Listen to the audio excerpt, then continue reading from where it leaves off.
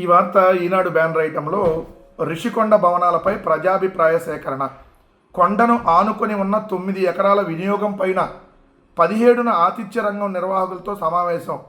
విశాఖలో రిషికొండపై వైకాపా ప్రభుత్వంలో అప్పటి సీఎం జగన్ కోసం 452 కోట్ల ప్రజాధనాన్ని ఖర్చు చేసి అత్యంత విలాసవంతంగా నిర్మించిన భవనాలతో పాటు అదే కొండను ఆనుకొని ఉన్న రాష్ట్ర పర్యాటక అభివృద్ధి సంస్థకు చెందిన 9 ఎకరాల భూమి వినియోగం పైన ప్రజాభిప్రాయం సేకరించాలని ప్రభుత్వం నిర్ణయించింది. జగన్ గారి కోసం కట్టుకున్నాడా? మరి ఇచ్చేయచ్చుగా జగన్ గారికి. ఎందుకు ఈ 16 నెలల నుంచి ఖాళీగా పెట్టారు? జగన్ గారి కోసం కట్టుకోవాలా? ప్రభుత్వ భవనాలు. అది జగన్ గారు ఉంటే జగన్ గారు ఉంటాడు, చంద్రబాబు నాయుడు అంటే చంద్రబాబు నాయుడు ఉంటాడు, ఎవరు అధికారంలో ఉంటే వాళ్ళు ఉంటారు. ఇది పత్రికలు రాయాల్సింది.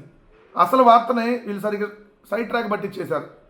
చూడండి ఏంటి అసలు వార్త అంటే, 9 ఎకరాలు రిషికొండలో ప్రస్తుతం జగన్మోహన్ రెడ్డి గారి ప్రభుత్వం 9.88 ఎకరాల్లో, అంటే దాదాపు 10 ఎకరాల్లో అద్భుతమైనటువంటి భవనాలను కట్టింది. అద్భుతమైనటువంటి భవనాలు. ఆ భవనాలని 16 నెలలుగా వాడుకోవటం ఈ ప్రభుత్వానికి శాతగాలేదనే దానికంటే ఒక కుట్రపూరితంగా వాడుకోవాలి.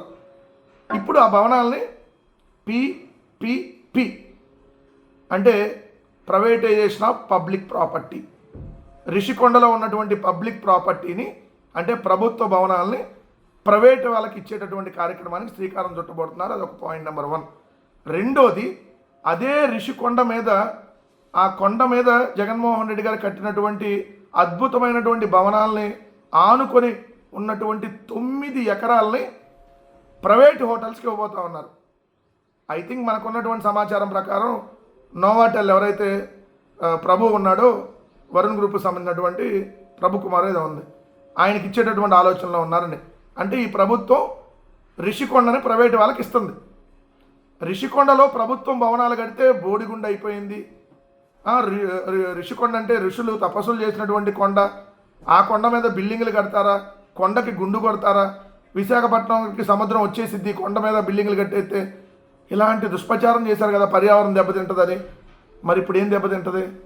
ఇప్పుడు మరి కొండ మీద ఏదైతే ఇప్పుడు ప్రైవేట్ వాళ్ళకి ఇస్తే వాళ్ళు బిల్డింగులు గుండు కొట్టకుండా కొడతారా, లేదా విగ్గు పెట్టి కడతారా?